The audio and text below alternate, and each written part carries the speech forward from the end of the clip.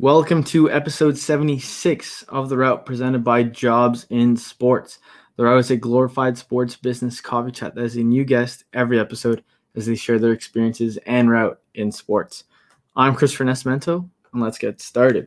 So, as usual, just two things to cover before we get into today's guest. First off, if you haven't already, subscribe to the podcast. If you're watching this on YouTube, just click the button below here. Or if you're listening on one of the other 10 audio platforms, follow, like, rate 5 stars on whatever platform that is because it helps us grow. And once you're done with that, also check us out on social media at The Route Sports. We're on LinkedIn, TikTok, Instagram, Facebook, all that good stuff. So you can find us there, see the magazine artwork that we create each week so you can kind of get a sense of what that episode is about. And then hopefully maybe you can connect with the guests there. But without further ado, let's get to today's guest. So I'd now like to welcome someone who has cemented themselves in the digital and content space within the Ottawa hockey community, producer at the Wally Methot show, Craig Medaglia. Welcome to The Route. How's it going? Hey, man. How's it going? Thanks for having me on, man. This is awesome. I love doing this kind of stuff. Yeah, absolutely. I'm excited to finally chat with you and kind of get into your route and see how it's all gone. Yeah. So the way I kind of start every single podcast is, where did you go to school? How do we get here today? And maybe you can kind of just fill us in from there. Yeah, for sure. Okay, so for me, it probably all started back in high school and I was lucky enough to kind of start thinking about it a little bit earlier. Like I started thinking about what I wanted to do, grade 8, grade 9, whatever. And my brother, actually, he took sports management at Brock. So that's the first I'd heard about that program, right? And so for someone that was, I learned this after the fact that I probably wasn't really a university student. I did a little bit of both. We'll talk about that in a second, but I saw my brother take it. So he basically told me it's like a business marketing degree, but you just talk about sports, right? Like everything's framed in a sports setting. So I was like, okay, that seems like something I could do. And in my background prior to that, I mean, I'd always been a digital, like this was back, man, I'm older than you think. So this was back pre-2000, right? So I was teaching myself how to do graphic design. I was teaching myself how to build websites, edit video. Like I'd been doing that forever. So that was something that I'd always kind of had in my back pocket as like, I like doing this. This is what I like doing. It's fun, but I got to find a job. And I think this sports marketing, whatever it turns into, could be it. But this is all pre-social media, right? This is pre-YouTube. This is pre-everything, right? Like it was hard back then. So I went into sports management kind of hoping to work in sports in some capacity, ideally marketing, hopefully something creative, but I wasn't really sure. I just needed that kind of piece of paper that you get at university to say, this guy's trainable, this guy kind of gets it or whatever. So I applied and got into sports management, and that's kind of where I learned the difference between university and college. So I did my 3 years at Brock, and I got a bachelor in sports management. I couldn't tell you what my grades were. I don't think they were fantastic. I don't think they were terrible. I kind of cruised in the middle. At university was hard because it's the opposite of what I was used to. I was used to like, okay, we're working on projects. It's like, it's going to be a video, or it's going to be, I'm going to make this logo, or I'm going to build something, or make music, or whatever it is. Versus university, where it's like essay, discussion group, essay, test. And it's just like, So before I could get good at sport management, I had to get good at university. So on my end, I had to learn how to succeed at university. Like that was a problem that I had. My first year was rough just because it became very like structured and very formal, and those are not the environments I do well in. So, but I grinded it out. So I got a 3-year bachelor from Brock in sports management, and I got accepted into the honors program there, but I decided not to. And I actually did a post-grad at Niagara College in digital media. So that's kind of what I think it was actually called interactive media. Like this is back, like they didn't even know what they were calling this stuff back then. So this would have been 2004. So that's one. And basically it was the best because it was a core, like a degree, or a diploma, I guess, designed around these pillars, right? Which is like video editing, audio editing, graphic design, website design. And I had a background in all those things. So it was really, I just had to do the program so that I could get the piece of paper to say that I'm certified to do these things. But I don't think I learned a thing there. And I don't mean that in a negative way. Yeah. It was great. It was awesome. I was basically had endless time to just work on whatever I wanted, learn the skills I wanted on my own, in a really hands-on environment. Like looking back on it, now granted, my sports management degree has probably helped me a lot. But I think if I had spent those 4 years dedicated in college instead of 3 years in university, 1 in college, I probably could have gotten more done. Just given that's the way that I like working, and it's a lot more fun, a lot more hands-on. The classroom stuff is a little more, it's easier to take. It's less writing and more actually producing things. So I found that year in college, that was where I really said, okay, hey, listen, why don't I just match these two together? So I've got a degree in sports management and a post-grad in digital media. It's like, I can see the future, and I know this is where everything's going. You can see like what YouTube popped up in, what was it, 2007 or whatever, 6 or Twitter is like pre-2010, and you see all these things kind of slowly start happening. So before that, I just realized like how much fun would it be if I could marry those two things. So that's kind of where the goal came. So that's my education kind of in a nutshell. It was incredibly helpful for me to kind of have at least a starting point for the journey, which was sports management. It allowed me to really tailor my high school experience to what I needed, as opposed and this is great. This is the advice I give everybody: is figure out what you need to have to get to where you want to go, and don't worry about getting everything. Focus on the things that are important. So for me, like, I didn't need to go take maths and science, and not that I was bad at them, but I was able to then focus on the things that I wasn't as good at, English or history or whatever. And it made my high school experience a lot more fun, and it made it a lot easier. And it's where I really started, when you have kind of free time in high school, and if you waste it and you go on spares and all those things, I took classes over. I took Comtech, which was basically digital media at the time. I took that course twice, and it wasn't just because I was like, I just could, like, it's not like I got a bad mark on it and I had to redo it. It was just fun, and I wanted to learn more stuff, and I wanted to do it. So I used my time better than a lot of my peers who were, I mean, I had friends that I took sports management with that had 3 maths and 3 science, and it was nuts. So I think I did a pretty good job of understanding kind of what I needed to do to get to where I wanted to go, which was fill my toolbox with as many skills as possible, and not worry about the grade letters at the end of the day, and not worry about the courses and maximizing those things. Because I'll be honest with you, man, no one's ever asked for my grades. No one's ever asked to see my diploma or degree. Like, I'm not saying that they won't, but it's not as important as people think, right? It's more, it's so much more about the process of figuring out what you want to do and what you're good at and how you can leverage those things. So that's really what I spent my time doing. Besides the year in university where I had to teach myself how to do university, everything else was just geared towards, okay, I want to marry my 2 passions, which is sports and digital media. And I was fortunate that I was able to do that, because I mean, a lot of people had the same plan, or they have the same plan now, and it's a hard industry to crack into. I mean, even for me, like, it's not like there's a billion jobs out there and people are throwing money at you for it. It's still a new enough industry that they don't seriously know what they're looking for a lot of times. And it used to be like, and I came up in the time when it was like the 1-man crews or the 2-man crews, where one guy does video, one guy does everything, like social and writing. And that's not really how it works anymore. So having all those tools in my toolbox early on let me be versatile enough that people were willing to give me opportunities, because, hey, he can do A, B, and C. And he says he can do D and E. Like, let's see what happens. So marrying my university and college into a degree and a diploma, and just practical experience, like that was key for me as far as education goes. Yeah, there's so many things I can already touch on right there. Yeah, fire away, man. Go ahead. A bunch. Yeah, it's funny where you're just mentioning where I'll go all the way to the beginning, right? You're talking about high school, and I still remember kind of similar experience to you where I don't know if it's like a university fair where all these universities are kind of pitching to the students, hey, come to our school, obviously, to get the tuition. And I still remember I went to the Bishop's University table, and I was speaking to a professor, and they mentioned something about a sports program. I was like, wait, what'd you say? In my whole mind, like, ever since I was in kindergarten, I was going to be an athlete or I was going to be a businessman. And there's never, the option of kind of doing both. And he's like, oh, yeah, no, we can do both. And then I remember just, like, my mind was blown. I'm like, okay, that's what I'm going to do. Like, I'll get a degree in accounting, and then eventually one day, once I'm established, I'll have, do Ballers, right, where I'll have, a financial advisement for Keep It Rock, right? Yeah. That's the best case scenario. And then, like similar to yourself, right, where all my buddies are going to like physics, chemistry, and not a single one are in physics or chemistry now, right? Where we all kind of went the social science or communications route.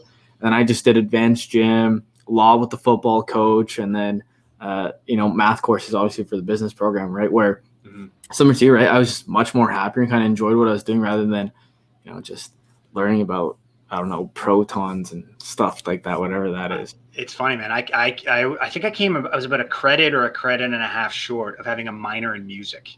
And I wasn't playing instrument. I just took as many like stupid courses as I could. A lot of them happened to music. There was like a music and popular culture, I took a course called listening to music. There's a whole bunch of them. And like I think I was about a credit short of having a sports management degree with a minor in music, which would have been hilarious. But that's the way I decided to do my electives. It was just like, let's just make these as easy as possible and let's get this piece of paper and get out of here. And some people kind of go the other way. But I mean, if you're not taking stuff you like, and you're taking stuff, I mean, if you're interested in it, that's great. But if you never have any plans for it beyond there, that's a long semester. If you're grinding out a bunch of courses you're not interested in, like that can't be fun. So I really tried to make sure that didn't happen to me in university. But that's good that like, so you did Bishops? No. So I ended up going to Ottawa because weird story. I went to Costco one day and I saw the price of chicken and I was like, no way, I'm moving out. I'm staying home for a little bit. But so I went to Ottawa for business and then went from accounting to marketing after because I realized I couldn't do accounting for 50 years of my life. And yeah, dude, I don't blame you. I was much more passionate about marketing, but I was kind of scared to do the jump and just saw things with Baker Mayfield. And then obviously with the time when you're with the Senators, I had season tickets and I'd be going to the games and I'd have on my phone and like, hey, what would I do to like market this different? How would I get people here? And then one day I was like, you know what, man, like I'm just going to go sports marketing. Like I'd rather be happy than have a good salary in accounting. Right. Yeah. So kind of dove in that space, kind of similar to yourself. Well, and that's what sports is, right? Is like sports is a great place to work if you don't mind working all the time and making very little money. And like, so especially when you're young, man, like go for it. Like that's because it's hard. Like it's not easy to do. Like now I got 3 kids. I got a wife. We got rent. We got all the, like we got to pay money. Like I can't be messing around too much anymore. So while you're young, like take your shots. That's all I always tell people. And it doesn't always mean you're going to get it or it's going to work or whatever else. But the last thing you want to do is get stuck in an accounting job for 30 years when that's not what you want to do. So while you're young, man, take your shots now. And especially, man, I love the way the game works now because you don't need it. You don't need someone to give you a job, right? Like you can just make it yourself. You can build what you're building right here and build a passion project and hopefully turn it into like a professional project. So a lot of people get frustrated when they can't find a job right away, right? Like they did the university thing and then they can't find a cool job in sports. And it's because those jobs, they don't exist a lot of the time. They're hard. They don't pay much. And there's a lot of people fighting over them. So there's opportunities now. You see more and more people that do take the route that you're taking here, which is investing in yourself and kind of taking your shot. And man, I love seeing it. So that's why I was just happy to do this. I love talking about it. And hopefully somebody watches it and maybe they take something out of our little combo here. But man, good luck. I hope it works out.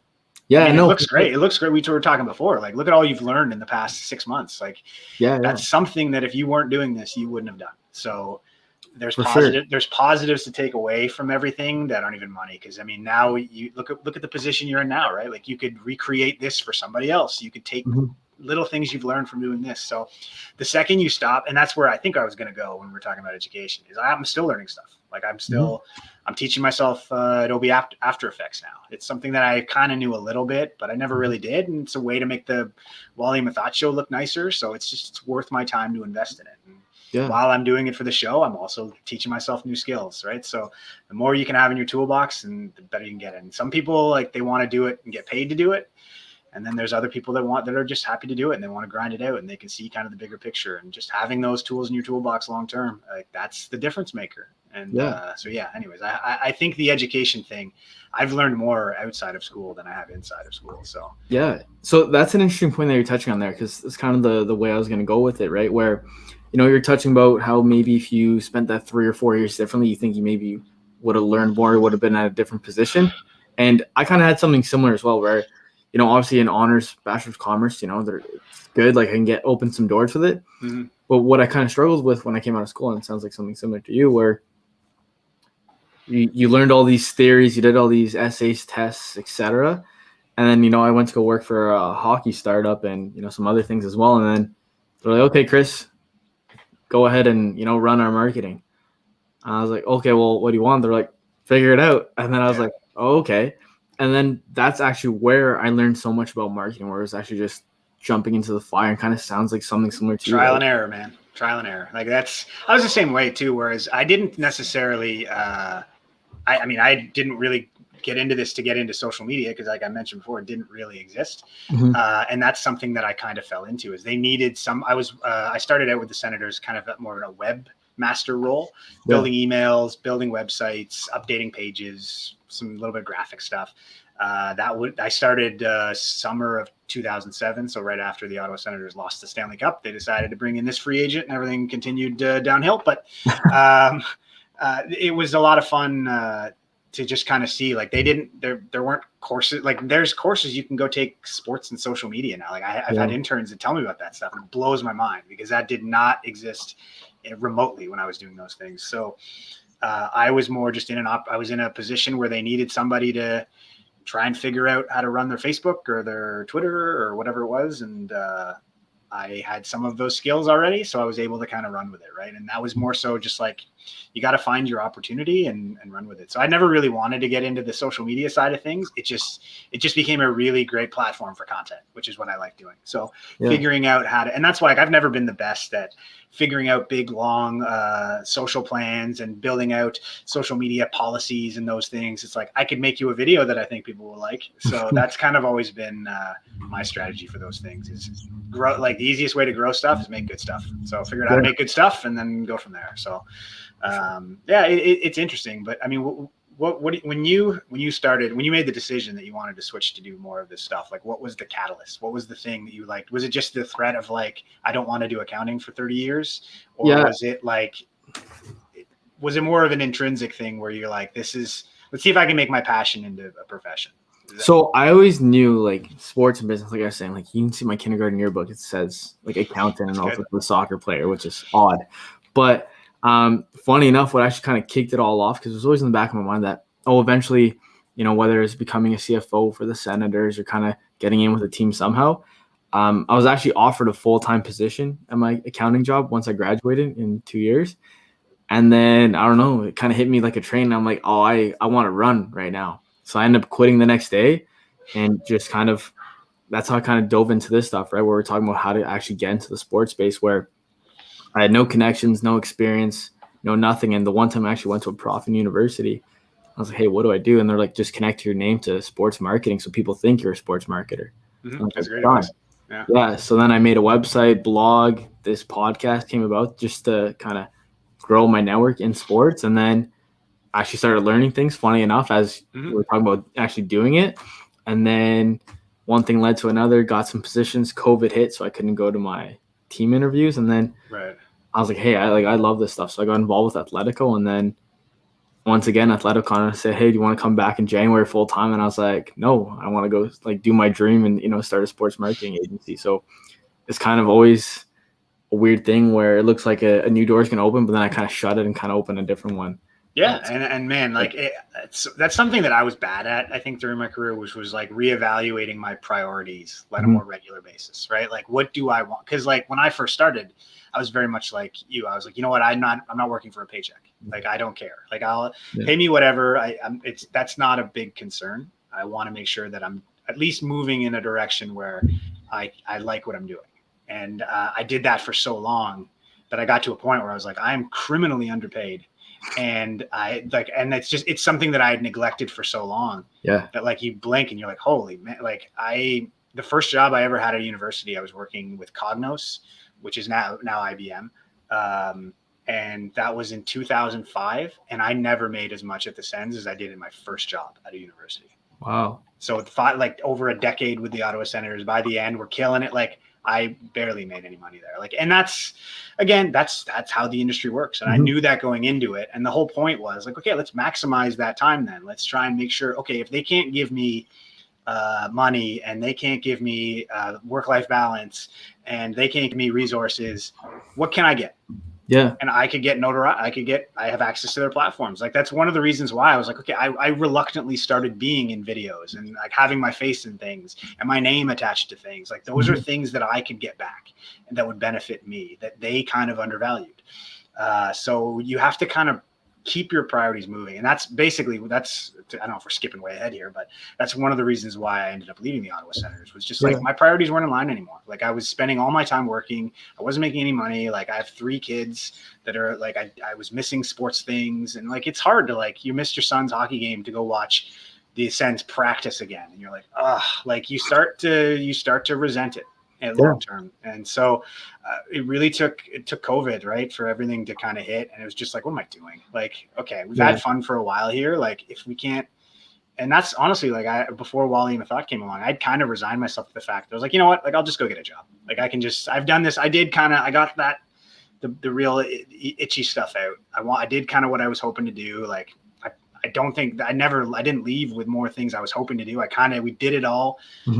Sure, it would have been cool to kind of long-term build those things, but I wasn't moving up. I wasn't making more money. So you just kind of come to terms with the fact, like, okay, like, that was my run and I was okay with that. And Wally Methot stuff came along and I was like, okay, like, here's an opportunity for me to do kind of what you're doing. Right. And like, let's invest in this and invest some time in this and hopefully turn it into something that, again, like, kind of keep fueling that, but hopefully a little bit more on my terms, right? Which is, I don't want to be working 6.5 days a week, and I don't want to be glued to my phone. And so those, like, I've kind of reprioritized a few things, and that's something that I always use. Like, I always kind of remind people in the industry is like, is this okay? You got the job you wanted 5 years ago. It's like, is it still the job you want? And it's okay. It's okay if it's not.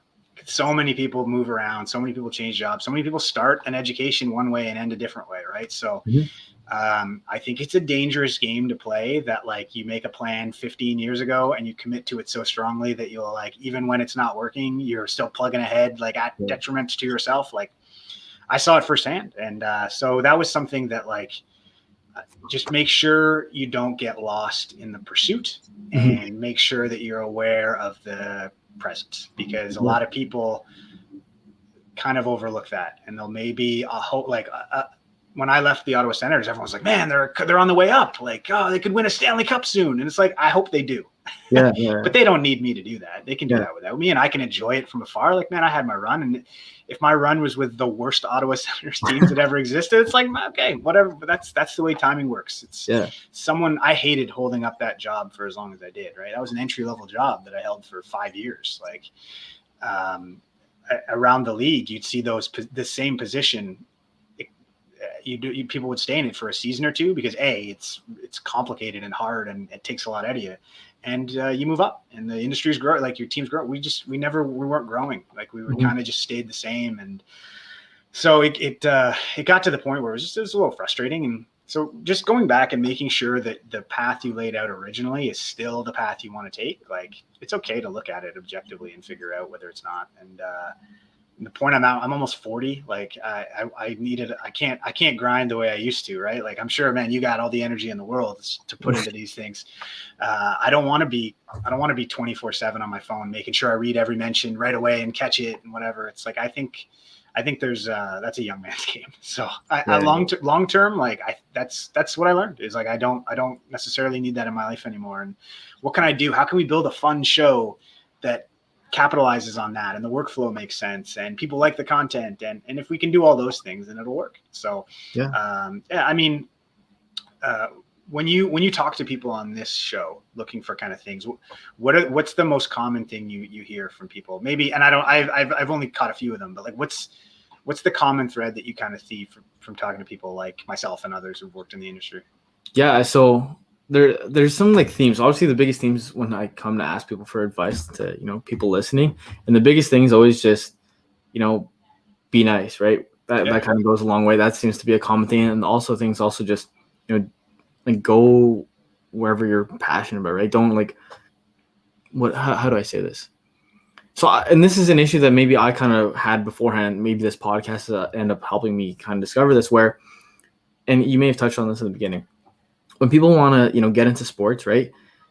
Sometimes people are getting into it because they're a fan, right? Mm-hmm. By the end of the day, it is a business, right? Where when you're an employee of a team, you're still working within a company, and you're expected to continuously grow, or not just stay happy because I'm working for the Yankees or the Senators or the Cowboys, right? And I think that's something that gets lost a lot, and that's something that people have talked about on this podcast, where you have to understand your value and the value that you provide to the team, and then from there, that's how you kind of like develop on both parties, right? Where that to be honest, even myself, and that's one of the important things I wanted to touch on, is that's a lot of things when I speak to different students. That's something that people don't realize, right? Because it may sound amazing to be a part of a Stanley Cup run, or be a part of an exciting franchise, but is it worth making $40K, working 6 days a week, and then having no real life? And that's something I wanted to, like, as you were mentioning, I wanted to touch on that before we go to different points, because that is a big issue, right? Where I've spoken to even guys on my team, right? They're looking to, hey, like, I want to try working with the team as well. And then we just had a conversation about compensation, what that work-life balance looks like. And then they're like, oh, I didn't realize that. I thought it'd be different. And I'm like, no, like, that's from all the – information I've gotten. And that's why I've kind of decided, hey, I might as well go for my dream now rather than to when you can afford to do it. Yeah, right? Yeah, absolutely. Go ahead. I was going to say, you said one thing there that I was going to touch on. You talked about being nice. Like, that's great advice. And I would say that should always be like number one, is like, because you never know, right? Like, I mean, we had an intern with the Sens who's now like, I got to look up his job title, but he's like president of the WHL. Like, you never know. Like, you never know who's gonna end up in the right spot, or who's whatever. But if you can't be nice, be right. That's the other thing, is like, as long as you're right. And that's, I mean, if you're right and your instincts are correct, and because we went off the board a lot with the Sens, because we wanted to try different things. We wanted to prove that it made sense, that we could do anyways. And we would habitually post things without showing anybody. And it was largely because it was just a continuation of betting on ourselves. Is that, like, I was so confident that we would build something that worked, that I'd rather after the fact go like, look, I was right, versus like the nice route of going. And because what you end up finding, and this was one of my real frustrations, and it's not even just with the Senators, it's everywhere, is when you get into content creation and social media, is everybody has an opinion. So you have to be careful when you're asking for feedback or approval. Because if someone thinks you're asking for feedback, they're going to start telling you what they'd change. And, I think it'd be funny if they did this, or, what about this? When a lot of times I'm just looking for you to say, yes, I like this, or no, I don't.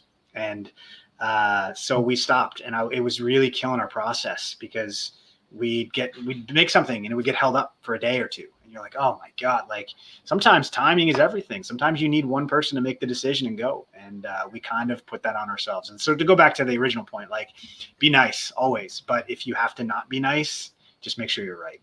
Yeah. Because at least then you have like a defensible point. And even if you're wrong, like, as long as you came from a point where you thought you were right, like, it's worth a shot. That's the way we always looked at it.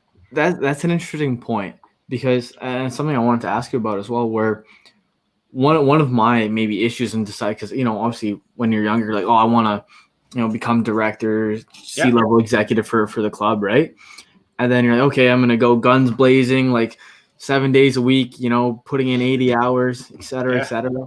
And then you kind of get to the point, and you're coming up with all these great ideas, and then you're like, oh, Chris, great idea, but this, or then the league gets involved, and then eventually at the end of it, it's not actually your idea, and it's not what you're like passionate about. And that's kind of my biggest thing, where I noticed, as cool as it is, and maybe the access you would have with the club, it still wasn't maybe striking like my creative genius, or whatever people want to call it, right? Where what makes you actually passionate about. And I wanted to ask you about that, because obviously within content, that's a big thing, right? Where you're talking about approval or feedback, right? And it's constantly getting nixed by a higher up, or by the league, or so and so. How did that kind of work out? Did it ever kind of affect you? We just never played that game. Like, so we always made sure that we kind of just worked on our own schedule. And it goes back to what I was saying. Like, if you have a track record of being right and making good things, you'll get a little bit more slack, right? Like, if we were making bad things that weren't good, then people would want to come in and fix it. The trouble that we ended up having is that we were having so much fun on the platforms that then people wanted to come have fun too. And then they'd start handing you things, or they'd give you ideas. And so part of what ended up happening is we'd spend more time trying to take average ideas and make them good, or bad ideas and try and make them okay, then we just can't try to come up with great ideas. Right. Yeah. So that kind of slowed us down a lot, was when people came in and they thought and listen, man, that's their jobs, especially the higher ups. You mentioned another thing there that I'd touch on too, which is I never wanted to be a C-level executive. I never really wanted to be a director, even a manager. Like, that's not my strength. My strength is making things. I was a director for a little bit at Gusto, which is a food and lifestyle television channel that eventually got sold to CTV. So I helped them launch those things. And it was awesome because it was like from the ground up. And I took a lot of the lessons I learned there and applied them to the Senators too, because it was the same idea, right? Like, you're the small kind of new upcoming whatever up against this larger established thing. How do you differentiate yourself and really kind of introduce the brand? And so we took the same lessons there, which was if you're small, that means you're nimble, right? You can be more reactive. You don't have all this like approval process and things that are going to slow you down. So you have to kind of try and find those strengths that you can do. And we applied that into our social strategy as well, whether it was Vine or whatever. Like Vine's a great example, because the Sens were the last team to join Vine. And by the end of it, like we were the best team on Vine. And the only reason is nobody else was really trying. Like, no one else really understood the platform. So we figured, okay, the Ottawa Senators are never going to have the most followers or the most retweets. Like, there's these big teams that have been around forever. They got millions of followers. Like, that's their game. They can be the biggest, but like, maybe we can be the best at this, or we can be number one in the league at something. So we really tried to just start identifying those things and attacking them, which is just a way to take a weakness and turn it into a strength, right? So we tried to find ways to kind of compete on our own terms, because if we couldn't do that, if we were just trying to compete with the Toronto Maple Leafs, like, it's not like on the ice where we got a salary cap and it's all even. They got 20 more people than us. Yeah. They got a TV station, right? Like, how do we compete with that? There's 3 of us, and we have to cover the games. We have to cover all the outside of stuff, the marketing things, the foundation, that, like, we're all over the place. So how do we smartly compete with them? And it was just to be as different as possible. So going back to kind of your original question when it comes to like content and those things, is we just kind of made the decision that we weren't going to always tell everybody what we were doing, and we'd work on things kind of in secret. And it came at, like, it's not like we were doing that on their dime. Like, anything that we made that was fun was probably done in our own free time, and we probably paid for a lot of the stuff out of our own pocket. And we did that the same reason you're doing this, right? Like, we did that. That was they gave us the platform, and it was like, we tried to supply the rest. And it was easy for us because there's times where it was definitely a challenge, right? During some of those 3 years. But that was the challenge, right? Like, the challenge was, okay, everybody hates the Ottawa Senators. Let's try and make some stuff that they have to undeniably like. And so that's kind of where we got motivated from. But we had a revolving door of bosses above us, whether it was directors or CEOs or CFOs or CMOs, or there were so many. Like, that was the worst, because it just, every year, I mean, it brought the best out of us in some cases, because every year you got to prove yourself to a new boss, which gets a little tiring after 3 or 4 years. But that's what kept us motivated to do those things. But long term, I mean, it was harder, but we got better. We got better faster. So that's kind of where, like, when you were talking before about people, the barriers to entry, which is like, okay, you don't get paid a lot. You have to work a lot. You're probably going to have to do a bunch of stuff you don't want to do to start, until you can slowly prove yourself. And the more you do that, and the more you work, and the better you are at it, maybe you'll get a little bit more, and maybe you can try one of your ideas. And that's the thing. And it doesn't come quickly. So I've had some really good kind of interns or people I've crossed paths with, and the ones that kind of last and really find it are the ones that understand what game they're playing, which is like, while you may be on a team, like, this is you. Like, my name is on things, right? When people started saying my name after Sens tweets, like, okay, now everything that happens on this platform, people are going to think I do. So I became a little territorial about it, and I didn't want shitty stuff to go out. And so it's, as much as it's about kind of the team's brand and those things, like, you have to find ways to make sure that, like, it's yours and it's undeniably yours, right? Like whether it's developing a look or a sound or a feel or whatever, you need to kind of differentiate yourself from everybody else, which is why, like, when I decided to leave the Sens, I had links. I had all these things that I made with my face on them that I could say, like, yeah, I did this. And so my demo reel looks nice. And always keep that in your mind, right? Like when you make something you're especially proud of, like mark it down, enjoy it, like follow the responses, like to enjoy it, because in 5 years, like, you might not be making those things anymore. And you might go, oh, that was cool, and I'd like to do something like that again. So on our end, it was very much about figuring out the job that we wanted, trying to steer the ship as best we could that way, but also survive. Like that's a tough place to try and be innovative in when you're just trying to keep your head above water. So it was a lot of fun, but again, I was lucky to work with Adam Wood, who, like, that guy's a rock star. And once him and I got together and we kind of started figuring out that we were very much on the same page, that's when you could really start seeing the content take off. Like one person couldn't do everything. And whether it was like I picked up a bunch of his slack so he could go off and do something cool that we'd both get credit for, or vice versa, or maybe we both just worked extras to get something done, like finding somebody there, like, that you can collaborate with, like, is huge. Like, I'm hoping you have some of that too, where it's people that kind of, they see things the way you do, or maybe like they're better, like maybe they're better at the video side, or maybe they're better at the social side, or whatever it is. And when you get people that bring in different expertises that are on the same page, it's like, that's when special stuff happens. So finding those people, even if it's like somebody on Twitter or it's somebody else you work with, but finding somebody else that has the same passion as you do and wants to be as good as you do, like, if you can find that, that's like, oh man, that's like putting Danny Heatley on the pizza line, right? Like, you surround yourself with people that are like-minded, that want to succeed, like, you'll succeed. So it's not a coincidence that you'll see smart people kind of link up.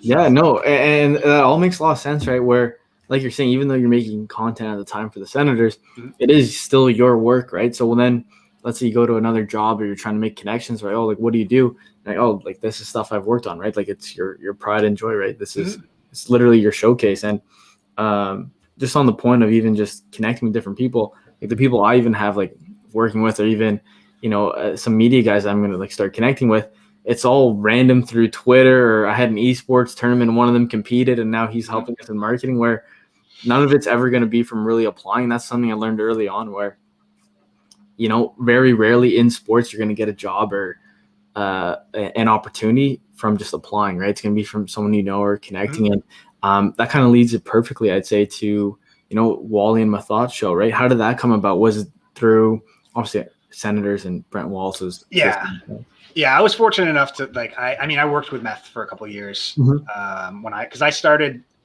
the content producer job end of 2014, and he was there till 2017. So we got to work a couple seasons together.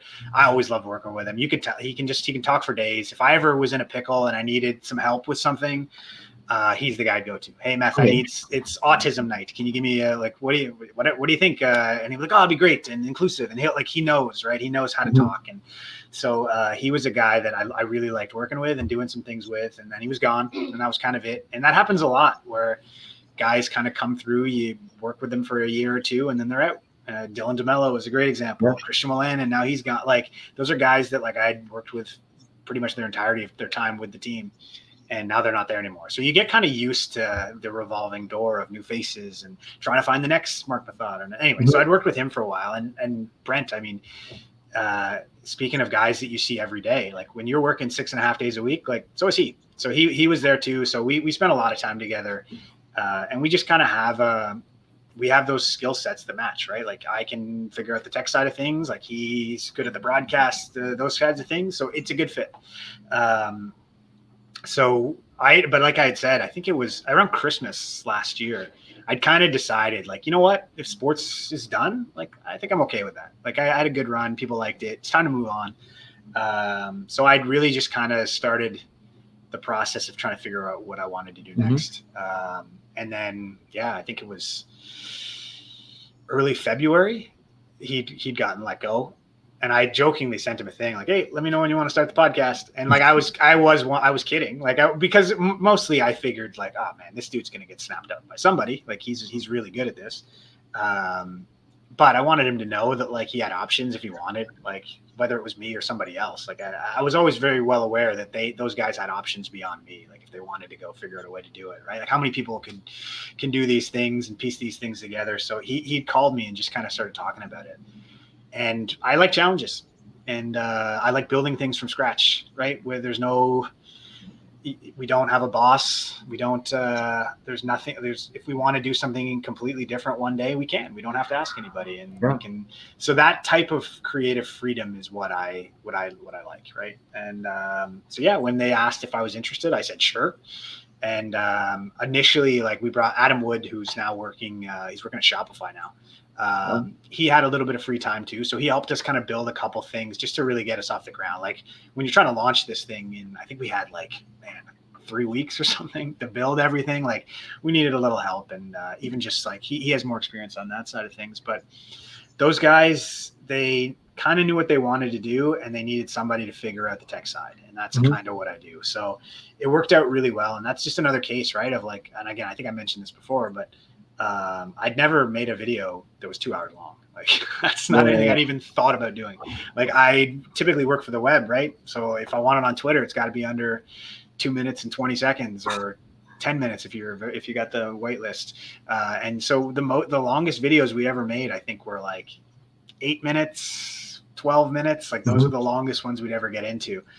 Whereas now it's like these epic 2 hour long things. So I had to teach myself how to do that stuff. And that's the process of like, if you're willing to invest the time in yourself and the time it takes to learn these things, and you have the creative drive to want to figure out how to make blank, then you can do it. And there's free programs to do it. There's YouTube tutorial. Like you can just kind of learn these things on your own. And that's the number one thing I tell people is like, if you're done school, it doesn't mean you're done learning. Like figure out what's the next thing you can add. What's the thing you think would help? For me, one of the things I had to work the hardest at was interviews. Like I'd never really done those before. And now I had to interview people. And that took a long time. And something I started doing was I just started posting my full audio, because I wanted to make myself accountable so that my questions couldn't be shit. Like I couldn't ask crappy questions where I mumble a lot. If I knew my audio was going to be out there and people were going to use it, or I'd send it to 1200, or we post it on the website or whatever it was to hold myself accountable that like people are going to hear this and you got to start getting better at it. So like put it out there. And that was the thing that at first I was not good at it. And it was just because my background was all technically things. Now I can talk to people. That's one of the nice things, but to figure out how to craft an interview, to like figure out where your arcs are, like find what your points are, how to get from point A to point B to point C without tripping, like that took a long time. And that was probably something that I had to work the hardest at. And so it was that accountability of putting it out there, even though I knew it wasn't good enough yet. And it's like if you want to lose weight, right? Post a before picture, right? Because then you got to do it, right? You got to do it then. So that was kind of the mentality there. And that was just something I had to learn how to do. Because if I couldn't interview people, well then, man, I can't make 90% of the stuff I want to make. So that was one like small little challenge, but it all goes back to like, I'm still learning things. Now it's how to produce 2 hour long videos and turn them around as fast as possible. So, I think that's the advice I always give people is figure out what's the next thing you need to learn is, and start learning it before it's too late, or before, have it ready before you need it. And, so anyways, that's why it's cool to see shows like this, right? Like you were explaining kind of how the back end runs here, and it's not like how we do it, but that does not mean it's bad. That, man, you're figuring out your way in this thing, and I love it. And a great person to point to, I always bring him up on these things, is Gatno Greg on Twitter. Like that guy makes fun little kind of stupid sends videos, and he's putting people's heads on stuff. And that the way he does it, I can't comprehend it. It makes no sense to me. But he does it, and he's developed his own look, and he's getting very good at it. And it's one of those things, no one's paying him to do that. He's just doing it because he wants to make people laugh and whatever else. And so like that's the perfect mentality to have, is just to be self-driven, that you want to be the best. And it's not about the money, and it's not about the role you end up with. It's that self-satisfaction that you can create things from scratch and people like them. And you can take an idea out of your head and transcribe it into a piece of content, and from start to finish. That's going back to really tie everything all together. That's what my sports management degree and my digital media degree do, is I became somebody that from start to finish could do projects. I could come up with the idea, I could do the idea, I could optimize the idea, and then I could review the idea. And there's not a lot of, that's 3 jobs usually at most places, right? Someone will come up with the idea, and then they got to explain it to someone who's got to do it. And then at the end, someone's going to post-mortem it and tell you what worked and what didn't. It's like having the ability to do all of those things. It's just turn and burn, right? Like you can do things faster. You become a lot more nimbler, and like those are all advantages. So that's what I always credit my education for, is like creating something that understands the marketing and the technical and how to marry those two. That, when I started out, that was not something people were thinking about. There was the nerds that made stuff, and then there was the marketing people that suggested stuff, and that was about it. So to be that's more of what like a complete digital marketer looks like now. And I would say you're one of those, and I would like people that can kind of see things and then make it, and then, you know what I mean? Like that's a great skill to have. So I definitely commend you on the route you've taken to get to where you are, and the things that you've had to do, because it's not easy. And but hopefully the satisfaction you're getting out of it, of doing it, is like that's motivating enough. Because a lot of times, like, some long days, especially in sport, like there are some long days with those Sens teams where you got to really love what you're doing, and you got to be able to see the light at the end of the tunnel, that like, okay, this is where we're going, and this is why I'm doing those things. And that's just where the hard work goes in. So kudos to you on that stuff, because this is the kind of stuff I love seeing. Yeah, absolutely. And I appreciate the kind words. And there's some things I want to touch on that note. Yeah, for sure. I think like a small similarity where, maybe this is something in the Ottawa sports space, right? Where the actual like admin teams, whether it's marketing, content, et cetera, they're much smaller because it's not that big of a market. So, maybe at first glance when I was working at Athletico, right, it's supposed to just be marketing. Eventually I took over comms, social media, et cetera. And they even told me at the end of the semester, like, hey, like at Athletico Madrid, we just have 3 people doing social media, and you did all the game day by yourself, and you did X, Y, Z too. And, at the time, as crazy it is, and I'm sure you could touch on how crazy it was at the Sens, that's what allowed you to like know those 3 different stages, right? And now that kind of developed your skill set. So I can definitely see the value in that. And then kind of going back on something as well, which kind of touches on that. You're talking about when you first met Meth, right? Like he was one of your go-to guys, same with DeMello, Willan, et cetera. That's one of the things I noticed when I was working, for a team, right? And now working with the athletes, right? Kind of going to a different perspective. I tried giving them advice and like, hey, like be the helpful hand when, someone in content or comms like needs something, like be their go-to guy, right? Because that goes a long way, where that helps your brand. You're in the face, you're in these videos, you're on, newspapers, et cetera. What kind of struggles did you maybe have where maybe working with the athletes, you're like, oh man, like this is tough? Because I know when I was doing communications and I'd go on interviews with guys, it's just like blank answer. So how did you kind of pull that out for content? Like it was really, when I first started, when you come in and you're new and you come into an established team that already has like Eric Carlson, and like they were not hurting for stars. Like they had these big names and they kind of had a culture, and it wasn't bad. It just, I wasn't really in it. And so it took me probably 2 years to get comfortable enough to where I kind of really, I understood everything I was doing. Like the first 2 years, it was a lot of trial and error. I was trying to figure out, okay, what works, what doesn't. So we had some good stuff, we had some bad stuff. And I was blessed to be able to, like, 2 months into my tenure, second time around with the Sens, the Hamburglar run started, right? Like that was the easiest time in social media. I literally just had to tweet a burger emoji and the world would explode. So like that was nice, but it also made it harder because it's hard to get better when things are just going well. So looking kind of at the team at the time, I started doing things consistently. And I know that sounds weird. Like I would do things, I would always wear the same jacket, and it always had a Sens logo on it because I needed everybody on the team to know that I'm not with the rest of the media. You may see me when you see the other media, but like I'm a friendly. I'm on your side. Like, I'm here to help you, Mhm. whatever you need. Like, I'm different than them. I'm not going to ask you the shitty questions. Like, I'm here to help. And so it took like 2 years of being a friendly face, kind of putting people in content that they like doing. And then the guys that they kind of see like, oh, we're doing some fun stuff over here. Like, there's guys that were more into it than others. So you just spend more time with them, especially at the start.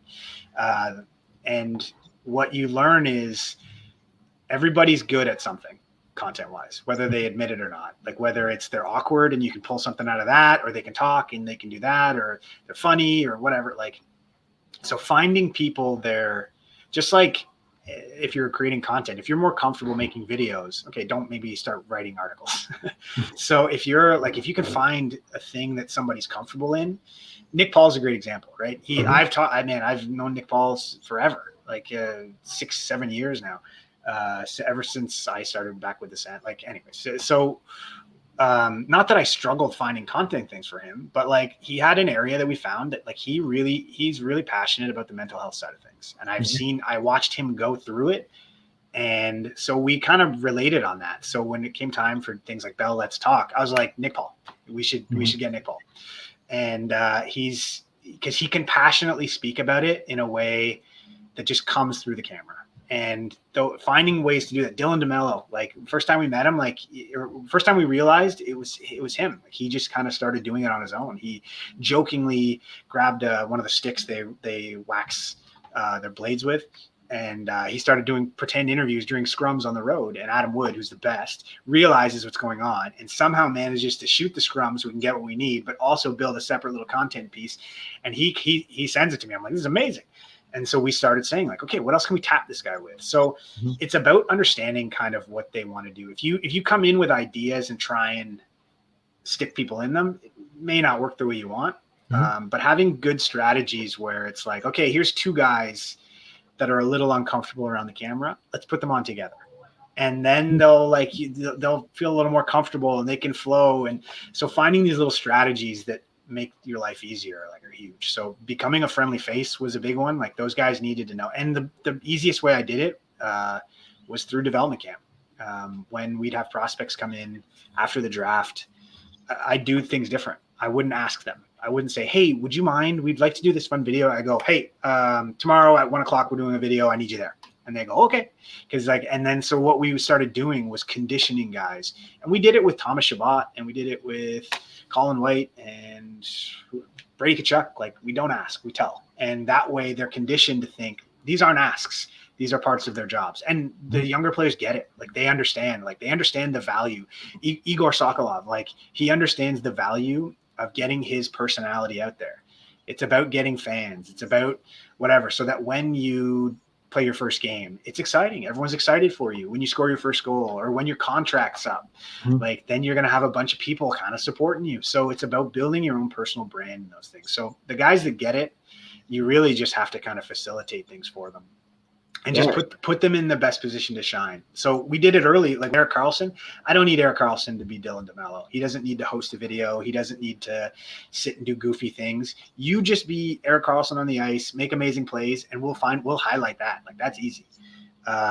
So some guys were better at those. Some guys were better at the off the ice things, and some guys were better at the social issues. And so it comes back to finding their strengths and then trying to highlight them. Right. Yeah. And the word we always use is enhance, right? Like, so if Erik Karlsson scores a beautiful goal, we will try and enhance it by adding something to it, whether it's a funny reaction or a meme or whatever, to enhance that highlight. So it becomes more than just like, oh, that was a great goal. It's like, oh, I want to share that. Right. And then that's how you start kind of pushing through.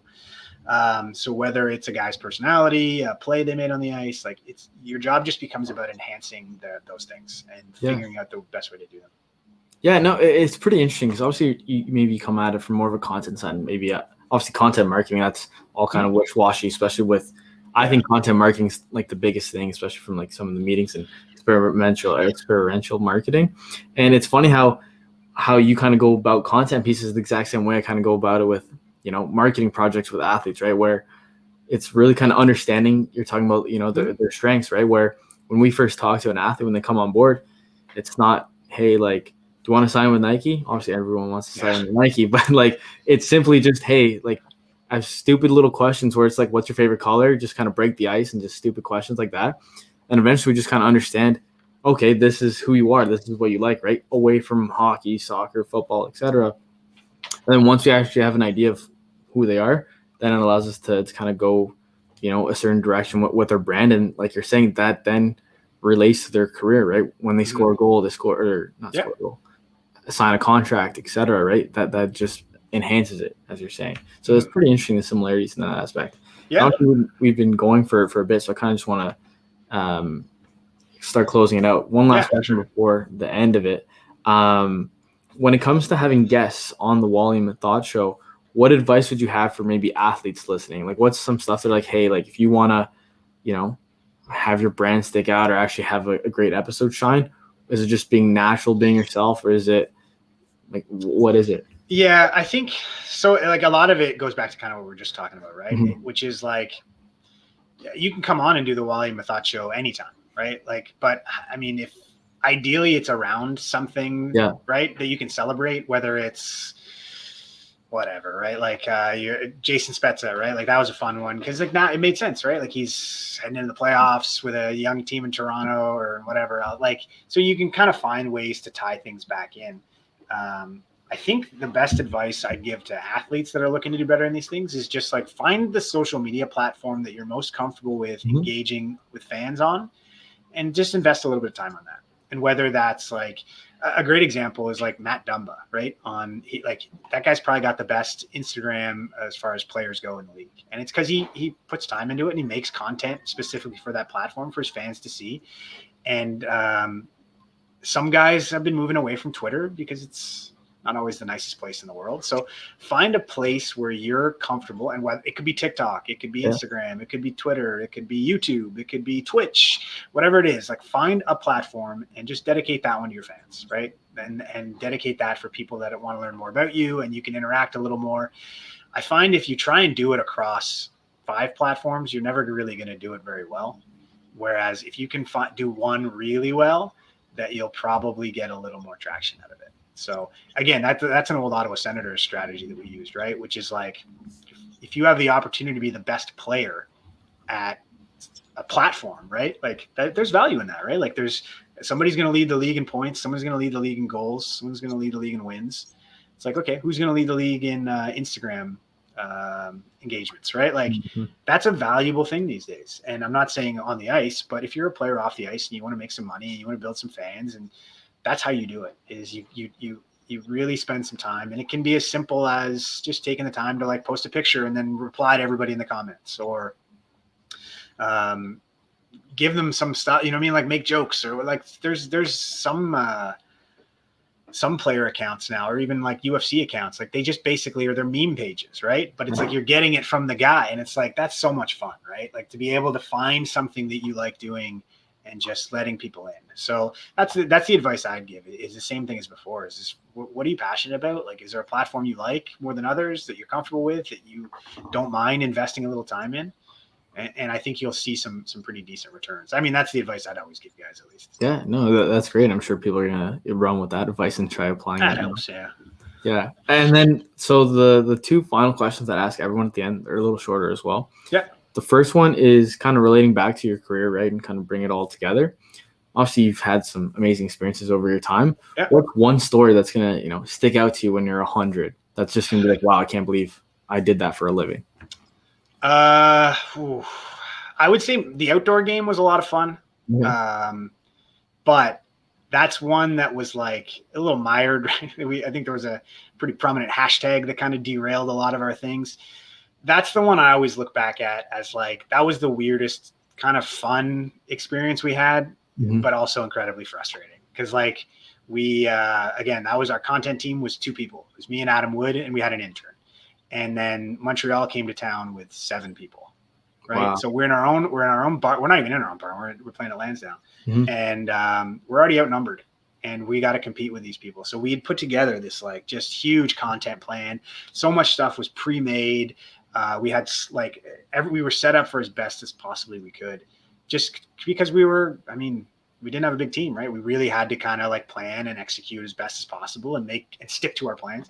Mhm. So when that kind of got derailed with the Melnick out hashtags, and all of a sudden you're seeing like all the work you've put into it for weeks leading up to this thing to make sure it gets off the ground and you can pull it off with the resources you have, and to see it all just like sewered by a hashtag, that's an experience that like definitely didn't wake me up to anything because I already knew a lot of those things, but it was the first time I was just like, I was really frustrated that we had such a great opportunity that just got absolutely shot in the foot.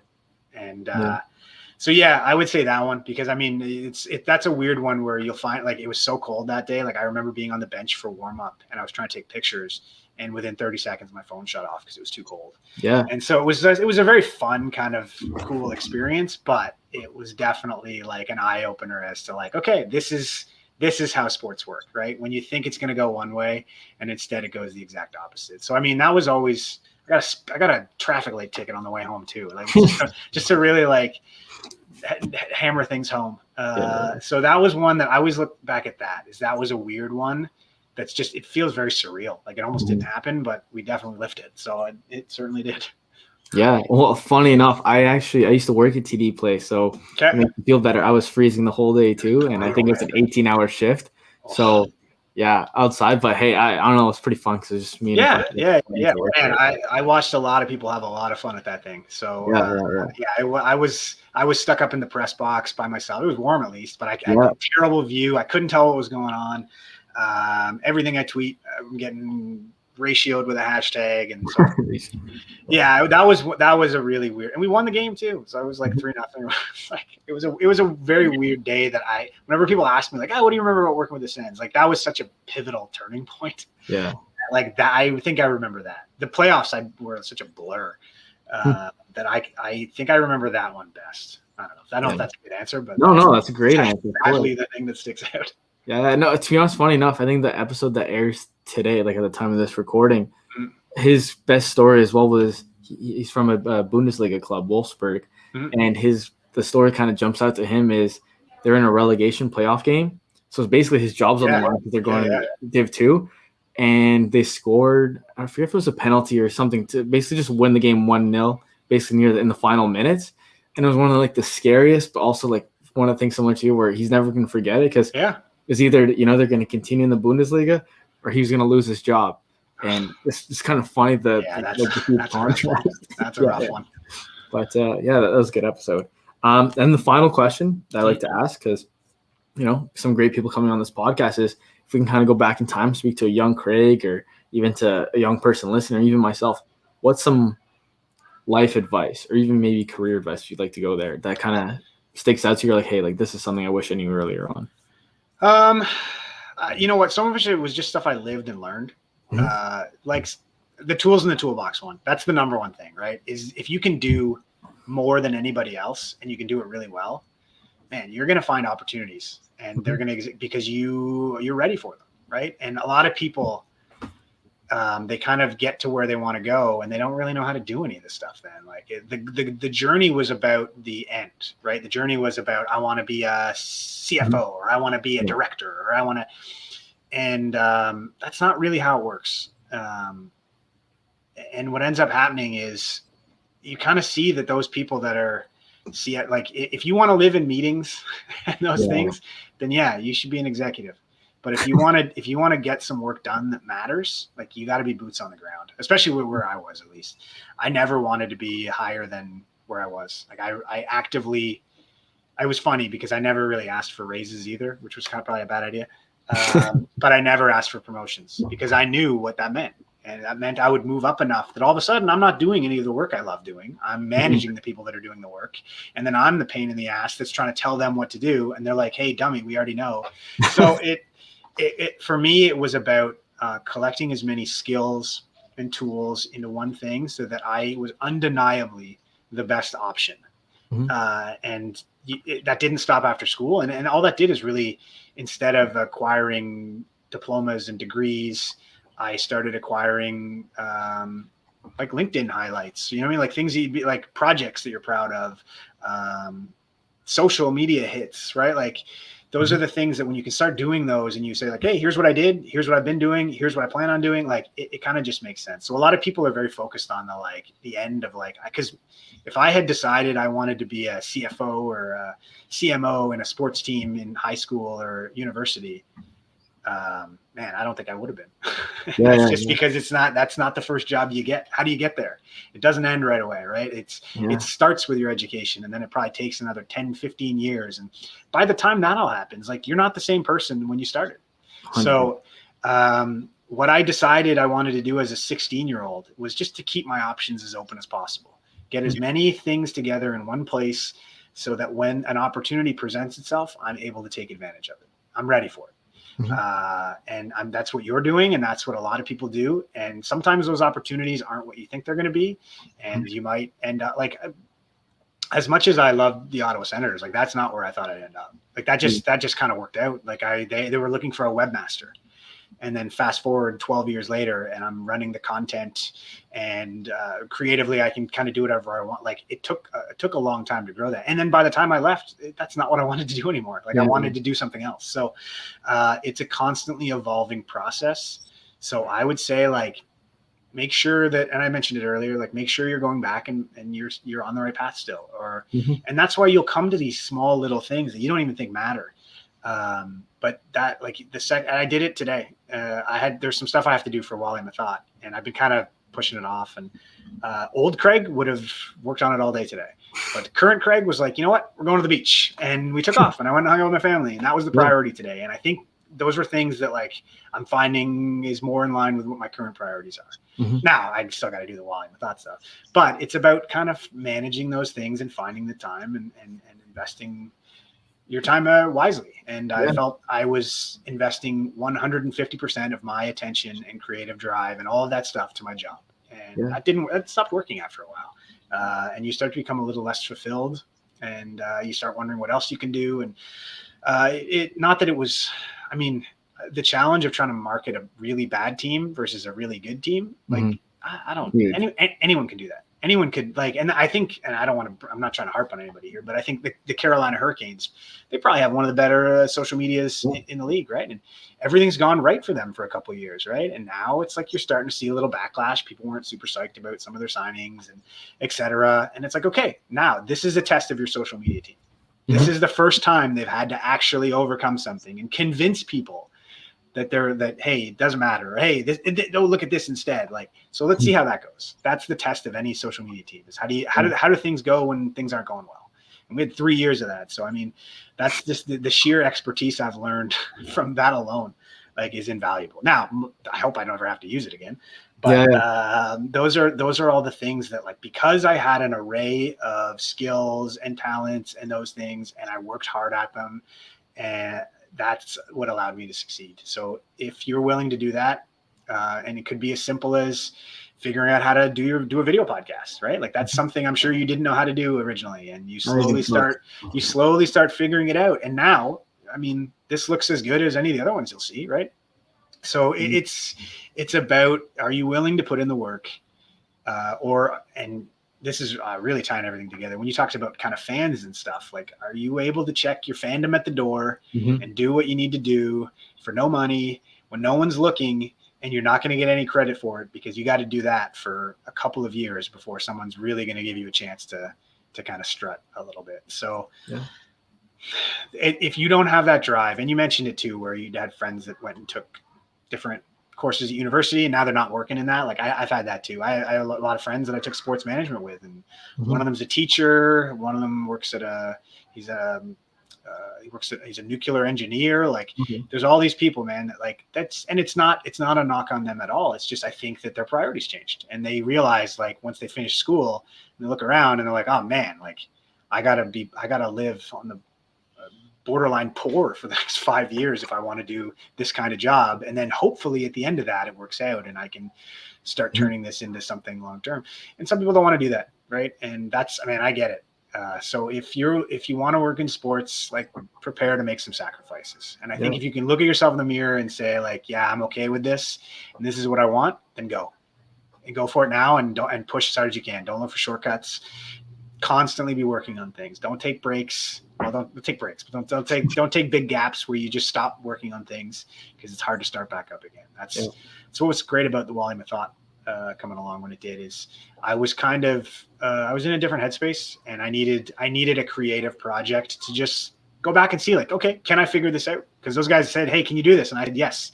And then, okay, now I have to figure out, can I actually do this? But I mean, I trusted that I'd put the work in, and I've done enough things like this that I can grind it out like I've always have. So yeah. I think that's the you mentioned you were looking for a short answer. And I think you even short question, not short answer. So yeah, I think I gave you a longer one than you're looking for, but that's it, man. Have the toolbox, and if you have the skills and the passion, you're undeniable. That's how it works. And you can wait for someone to give you a job, and you can apply for jobs, or you can just make your own. How many people are you seeing that when analytics were first a big deal? Look at everybody that started up their own little analytics websites, and then half those guys got hired by teams. And then the same thing you're seeing now with podcasters and content creators. Is like people are looking for people who can create and create things that are different and that stand out. And in a marketplace that's so competitive, like sports marketing, being able to stand out is the difference. So you just have to have a solid foundation of skills and desire. And if you have those things, then you can push through. Yeah, and I think that's kind of a great way to kind of end the podcast, because that's what the route's all about, right? Where, like you're touching on, we're talking about maybe a little bit of C-level executive or director. And you know what? To be honest, that's how the podcast started, because I couldn't go on Google and figure out how to get there, right? So I'm like, I'll have people on or go for coffee chats and see what that path looks like. But as you're saying, in 15 years' time, your values are going to change, your priorities shift. So maybe by the time when you're, year 7 on that path, you're not going to actually end up there. And, just to kind of conclude it, someone on a podcast recently, they mentioned this as well, where realistically, wherever you start in your career, whether it's at the Senators, social media, etc., there's zero chance you're ending there in 40 years. Oh, yeah. So, these days, exactly, luck, right? Man. So I think the way you kind of ended it was perfect. And unless there's anything else you'd like to share. No, man. I don't think so. No. This was great. I love talking about this kind of stuff. And to be honest, and this is something like my DMs are open. If anyone out there wants to ask anything, like slide in those DMs. That's why I keep it open, because it's a hard industry to get into. It took a lot of work, and it took a lot of years, and it took a lot of luck. And that's the only way it worked out for me. And so if I can ever help open a door, or at least pass along some advice, or you're at a crossroads, or you want to talk about things, maybe I can help. Like, and I'm happy to do that, because no one did that for me. And so I want to make sure that, and that's kind of what I wanted to do with the Senators, right? Is like, I wanted to leave that place in a better spot than when I got there. And I think I did. So I was able to leave, and it didn't hurt that much. And if I can do that with the entire space of people that are looking to crack into content for social or digital or whatever, man, I'm more than happy to help try and hold the door open. So, so if anyone out there needs anything, or Chris, man, you guys need anything, let me know. I'm happy to help. Or you need a device, or you want to kick something around. Like, that's the kind of stuff I like doing. So I work so that I can start doing things I like now. So if anybody needs anything, man, hit me up, because I'm happy to chat about that stuff. Yeah, no, that's awesome. And, I'll probably be messaging you about track or anything like that in the near future. But yeah, thanks again for coming on. Yeah, man, anytime.